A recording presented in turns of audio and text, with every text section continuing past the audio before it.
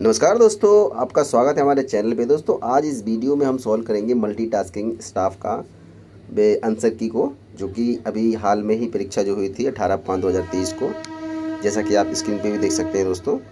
तो इसका हम दोस्तों न्यूमेरिकल एंड मैथमेटिकल एबिलिटी का सेक्शन करेंगे। तो चलिए स्टार्ट करते हैं बिना किसी देरी के। तो दोस्तों ये रहा पहला क्वेश्चन। देखिए पहला क्वेश्चन क्या बोलता है, थोड़ा मैं इसको स्क्रॉल, ये दोस्तों पहला क्वेश्चन है। इस पे क्वेश्चन को बनाएंगे हम। देखिए, एक विक्रेता अपने क्रय मूल्य पर 15% लाभ की अपेक्षा करता है। यदि एक माह में उसकी बिक्री 38,000 थी तो उसका लाभ कितना था। देखिए दोस्तों इस क्वेश्चन को कैसे करेंगे।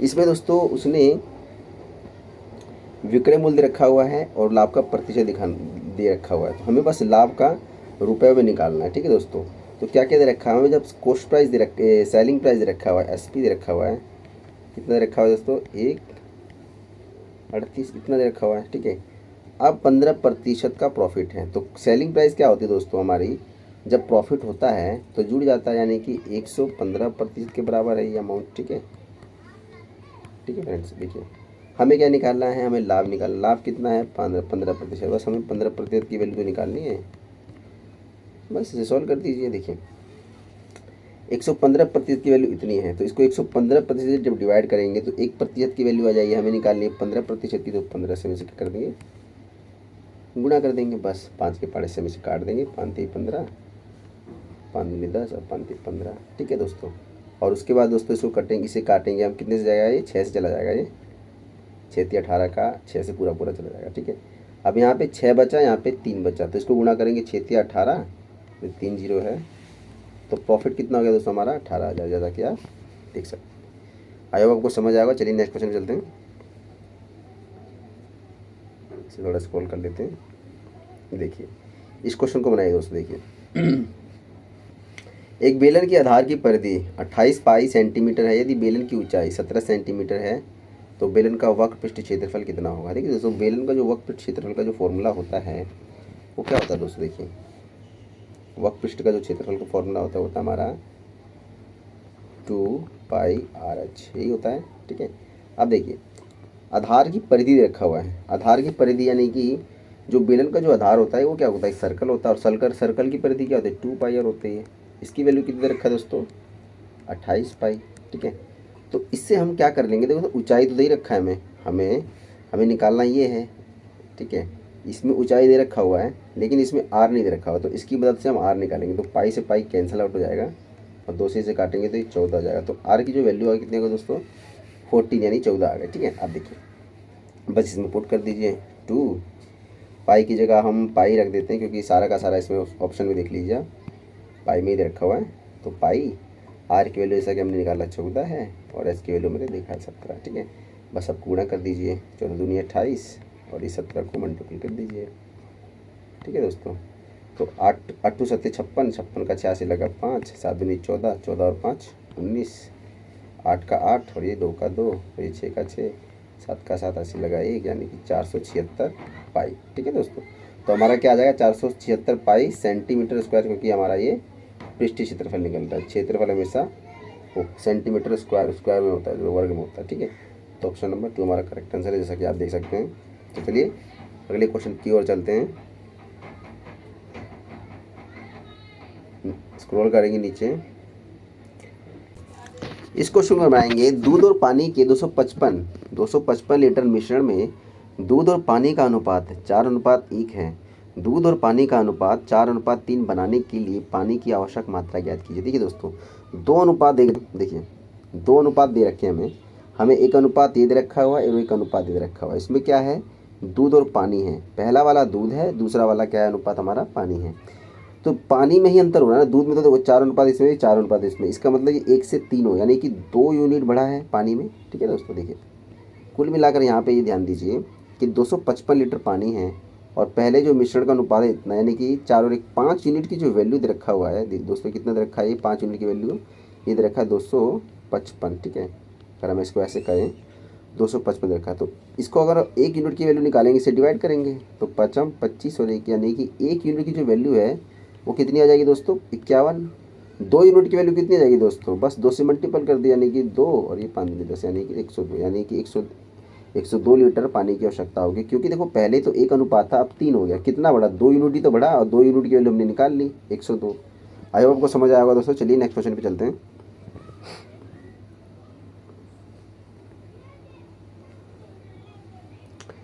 इस क्वेश्चन को बनाएंगे दोस्तों। एक डिब्बे में 45 बल्ब हैं, जिनमें से 12 बल्ब खराब पाए गए। डिब्बे में अच्छे बल्ब और कुल बल्ब का अनुपात कितना है? देखिए हमें निकालना क्या, पहले यहाँ पे मार्क कर लीजिए। अच्छे बल्ब और कुल बल्बों का अनुपात। अच्छे बल्ब कितने हैं? देखिए टोटल तो 45 है, कुल बल्ब यानी कि 45 अनुपाते में अच्छे, ठीक है। अब अच्छे कितने होंगे? देखिए 45 तो हैं और 12 खराब हो गए, तो अच्छे कितने हो गए दोस्तों? हमारा 5 में से 2 गया 3 और 4 में से गया 3, यानी 33 अच्छे हैं, यानी 33 अनुपाते 45 निकालना। ये तो निकालना टोटल बल्बों की संख्या, देखो ये ना, अच्छे बल्ब 33 है और कुल बल्ब 45, इसका अनुपात निकाल दीजिए। 3 से करेंगे तो कितना हो जाएगा दोस्तों? 3 × 3 = 15, यानी कि 11:15। ऑप्शन नंबर 3 इसका करेक्ट आंसर होगा। ईजी है क्वेश्चन दोस्तों। चलिए नेक्स्ट क्वेश्चन पे चलते हैं। चलिए दोस्तों इस क्वेश्चन को क्या बनाते हैं। एक वस्तु को रेट 41 या 275 में बेचने पर सुमन को 35% की हानि हुई। वस्तु का क्रय मूल्य क्या था? देखिए वस्तु का क्रय मूल्य, जब जैसे लॉस होता है, जो हमारा सेलिंग प्राइस होता है वो कॉस्ट प्राइस से क्या होता है दोस्तों? कम होता है। इस केस में क्या होता है, हमारा जो सेलिंग प्राइस है वो कम होगा। तो यानी कि वो सेलिंग प्राइस कितना होगा दोस्तों? 100 से मतलब 35 कम, यानी कि 65% के बराबर होगा। 41,275 की जो वैल्यू होगी वो 65% के बराबर होगी, ठीक है। अब देखिए हमको कितना निकालना है? क्रय मूल्य निकालना है, यानी 100% की वैल्यू निकालनी है, ठीक है। 100% की वैल्यू निकालने कुछ नहीं करना दोस्तों, बस इसको क्या करना है, 65 को इसके नीचे मल्टीपल में 100 यहाँ लगा देंगे, ठीक है। अब इसको हम 5 से के पाड़े से काटेंगे, 5 एकम 5 और ये 5 3 15, ठीक है। अब इसको हम जब सॉल्व करेंगे तो कितना, जब 5 8 40, ठीक है, 5 दूनी 10, फिर ये 2 इधर जाएगा तो 55 25, फिर ये 55 25, ठीक है दोस्तों।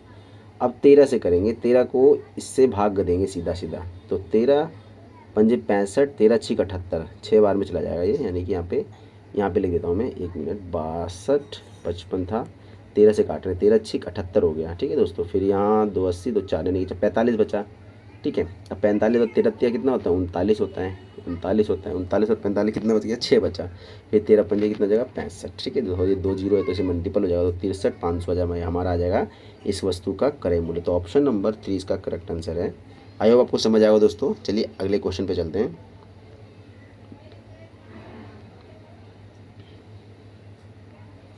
दोस्तों इस क्वेश्चन को बनाते हैं। 180 किलोमीटर पर आवर की चाल से चल रही एक रेलगाड़ी 108 किलोमीटर पर आवर की चाल से चल रही एक कार से 5 सेकंड में आगे निकल जाती है। रेलगाड़ी की लंबाई कितनी है? देखिए रेलगाड़ी की इसने लंबाई पूछी है दोस्तों। जो रेल देखो दोनों एक ही डायरेक्शन में चल रही है, रेलगाड़ी भी इधर चल रही है और कार भी इधर चल रही है, ठीक है। देखो रेलगाड़ी की जो चाल है वो कितनी, 180 किलोमीटर पर आवर है, ठीक है। और हमारी जो कार की जो चाल है वो कितनी, 108 किलोमीटर पर आवर है, ठीक। तो इनका जो डिफरेंस आएगा वो कितना जाएगा दोस्तों? 72 किलोमीटर पर आ रहा आएगा, ठीक है। देखिए क्योंकि उनके ये आपस के डिफरेंसेस से तो एक दूसरे को मतलब क्रॉस करेंगे, समझ गए दोस्तों।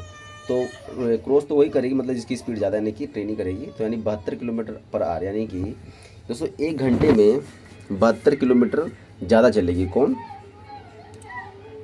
रेलगाड़ी।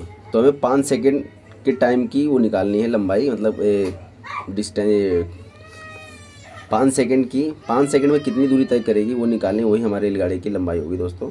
तो चलिए दोस्तों देखिए, अब देखिए हम इसको सेकंड में बना लेते हैं। 72 किलोमीटर में कितने, 72,000 हो जाएगा मीटर, ठीक है। और उसके बाद 1 घंटे में कितने सेकंड होते हैं? तो 3600, ठीक है दोस्तों, 3600 सेकंड। तो बस इसे सॉल्व कर दीजिए, 2 से 2 कट जाएगा और इसको जब हम काटेंगे 36 से कम 36, 36 दूनी 72, यानी कि 20 मीटर पर सेकेंड, ठीक है। ये आ गया, यानी कि 1 सेकंड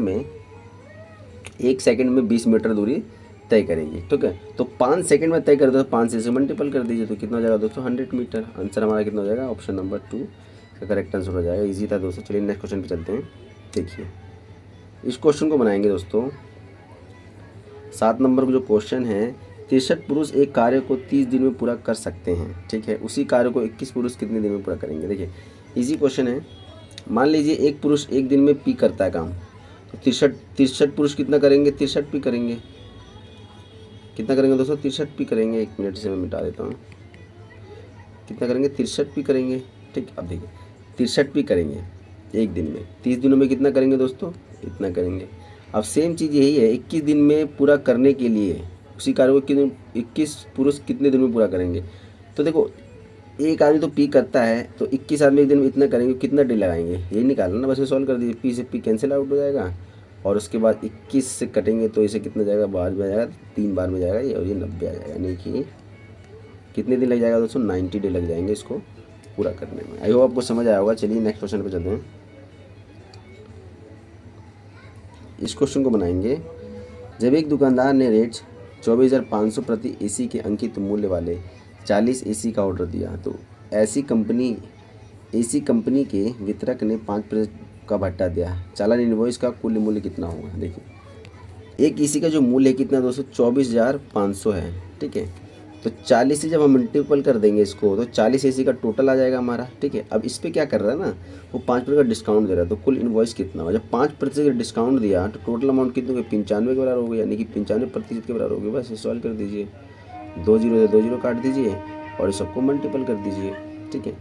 जब मल्टीपल करेंगे, देखिए करते मल्टीपल, तो ये 5 चौक के 20 का 0 हो गया, ठीक है। और 2 9 चौक 36, 36 और 2 38, और ये मल्टीपल हमारा हो जाएगा 245, ठीक है। तो इसे मल्टीपल कर देंगे दोस्तों, तो ये ऑप्शन नंबर ये आ जाएगा हमारा पहला, आप कर लेना इसके। चलिए नेक्स्ट क्वेश्चन पे चलते हैं। स्क्रॉल कर देंगे और स्क्रॉल कर 9 नंबर क्वेश्चन को करेंगे।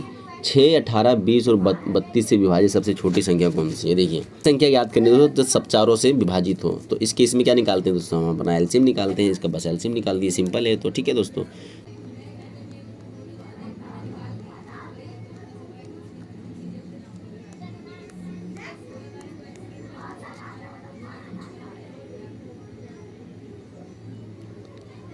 तो हम इसे 2 से करेंगे पहले, यानी कि 3, ये आएगा 9, ये हो जाएगा हमारा 10, ये हो जाएगा हमारा 16। अब जा रहा है किसी से दोस्तों 2 से, ये तो नहीं जाएगा, ये भी नहीं, ये जाएगा 2 से, ये जाएगा। हम इसको 2 से फिर करते हैं, 3, फिर ये 9, फिर ये 5 और फिर उसके बाद ये 8। अब इसे 3 से कर लेते हैं एक बार, 3 से, तो 3 एकम 3, 3 के, और ये 5 और ये 8 का 8। अब नहीं जाएगा रहा, 8 पंजे 40 और 40 3 120 हो गया, ये तो हो गया यहाँ तक, ठीक है दोस्तों। हो गया दोस्तों, 3 दूनी 6, 6 दूनी 12, ये 12 हो जाएगा। इसको सोल्व करेंगे तो 12 12 140 होता है और ये 0, तो हमारा कितना जाएगा दोस्तों, ऑप्शन नंबर 2। आसान था। चलिए नेक्स्ट क्वेश्चन पे चलते हैं।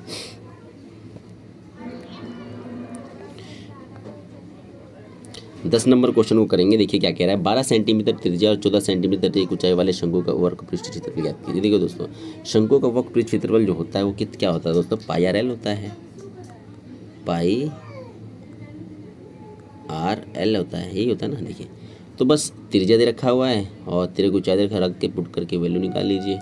तो हम इसे पुट करेंगे और पाई की वैल्यू ये लेंगे, तो हमारा आंसर कितना जाएगा दोस्तों, इतना जाएगा, कर लेना आप, ठीक है दोस्तों। ये बस कैलकुलेशन ये ईजी है, बस इस फॉर्मूले पे इसे पुट करना है, यानी कि पाई की वैल्यू 3.14 है, मल्टीपल में आर की जो वैल्यू है कितनी है, 12 है, और एल की जो वैल्यू है यानी कि त्रिज्या की ऊंचाई जिसे कहते हैं साइलेंट हाइट, 14 से मल्टीपल करेंगे तो ऑप्शन नंबर 3 हमारा करेक्ट आ जाएगा दोस्तों। तो चलिए नेक्स्ट क्वेश्चन पे चलते हैं। ये सिंप्लीफिकेशन है दोस्तों, इसको कमेंट में बॉक्स में बताने क्वेश्चन सही है कि नहीं, ठीक है दोस्तों। वैसे इजी है, कर लेना, सिंप्लीफिकेशन से ही है ये, करते हैं, चलो कोई बात नहीं। देखिए पी का मान याद करना है, तो ब्रैकेट को पहले सॉल्व करेंगे, तो इसका मतलब देखो इसको जब डिवाइड करेंगे तो कितना जाएगा दोस्तों, यहाँ तो 1 आ जाएगा, ठीक है। और इसको करेंगे तो ये 64 आ जाएगा, और इसको करेंगे तो 16 आ जाएगा, मल्टीपल है, ठीक है।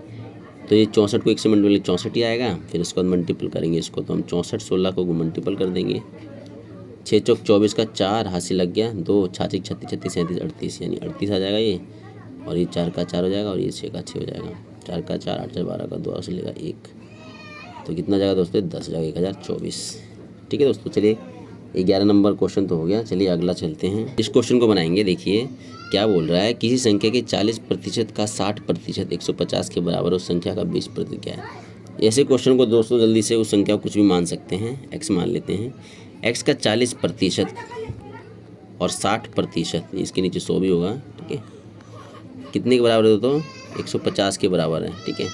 तो 20% क्या होगा, बस कुछ नहीं करना, 2 जीरो से 2 जीरो काट दीजिए, डबल जीरो इधर कर दीजिए, और ये 4 इधर और ये 6 इधर, बस ये संख्या निकल गई, 20% निकालना है तो 20%, फिर इसको हम सॉल्व कर देंगे। 2 से 2 काट दीजिए और ये हमारा, इसे काटेंगे तो 10 आ जाएगा, ये बचा 2 आ जाएगा, फिर काट देंगे तो हम इसे, ये हो जाएगा हमारा 5, और इसको फिर हम कर देंगे 3 से, 3 दूनी 6, 3 पंजे 15, और ये फिर 2 से काटेंगे तो हो जाएगा 25।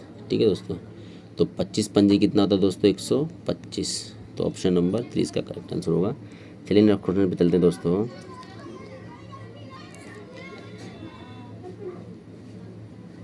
तेरह नंबर क्वेश्चन करेंगे। कॉलेज में लड़के और लड़कियों का अनुपात 3:8 है। ठीक है, यदि लड़कों की संख्या 180 है तो कॉलेज में कितनी लड़कियां हैं? देखिए दोस्तों, लड़के और पहला जो अनुपात रखा है लड़के के लिए है। ठीक है, और दूसरा अनुपात है किसके लिए? लड़कियों के लिए। और लड़कों की संख्या कितनी? 180, यानी कि 3 यूनिट की जो वैल्यू है कितनी है दोस्तों? 180 है।